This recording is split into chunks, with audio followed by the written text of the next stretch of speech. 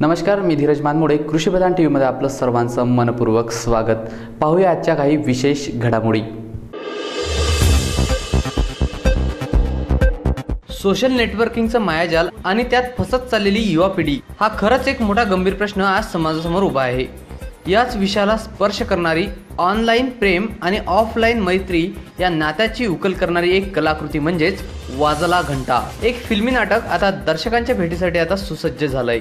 या नाटकाचा मी writer director आणि हे नाटक, या नाटकाचं जे कथानक आहे ते मेनली हॉस्टेल लाईफची जी स्टोरी असते किंवा रूममेट्स जे असतात यांच्याविषयी आहे, ज्यावर म्हणजे सांगता येईल की जसं आपल्या रूमवर नॅचरली कोणी मराठवाड्याचं राहतं, कोणी विदर्भाचं राहतं, कोणी पुण्याचं राहतं, तर असं जे एक मिक्सचर असतं मित्रांचं आणि त्यामध्ये ज्या गमती जमती होतात याविषयीचं हे नाटक आहे.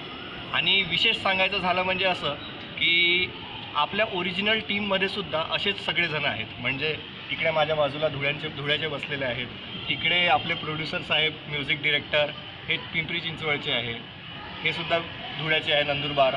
त्यानंतर इकडे मुंबई, पुणे.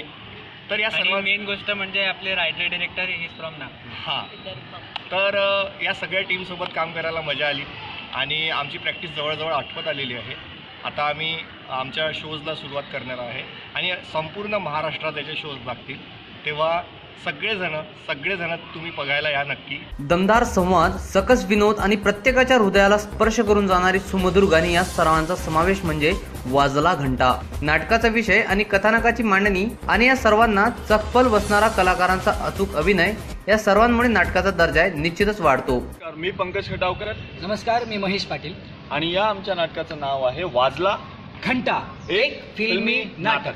आणि हा सुशांत म्हणजे माझ्या नाटकातला एक चांगला मित्र, खूप चांगला मित्र. म्हणजे नाटकात हाच माझा बेस्ट फ्रेंड असेल असं आमचा बॉन्डिंग आहे या नाटकामध्ये. तर सुशांत आणि सुबोध चांगले खूप मित्र आहेत. आहोत आम्ही नाटकात सुद्धा आणि बाहेर सुद्धा आम्ही मित्र आहोतच तसे. सो तो तुम्हाला तुमचं एंटरटेनमेंट करायला तर आम्ही येणारच आहोत.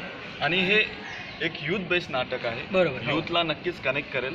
आजकालचे यूथ जास्ती नाटकं पाहत नाहीत, ते मूवीज वगैरे बघतात, पण हे नाटक त्यांना नक्कीच खेचेल असं हे छानसं नाटक आहे. रंगभूमीवर हे नाटक आपली विशेष छाप सोडून जाणार यात शंका नाही. ब्युरो रिपोर्ट, कृषीप्रधान टीव्ही, नागपूर. आता आपण पाहू शकता आपल्या बातम्या आपल्या मोबाईलवर.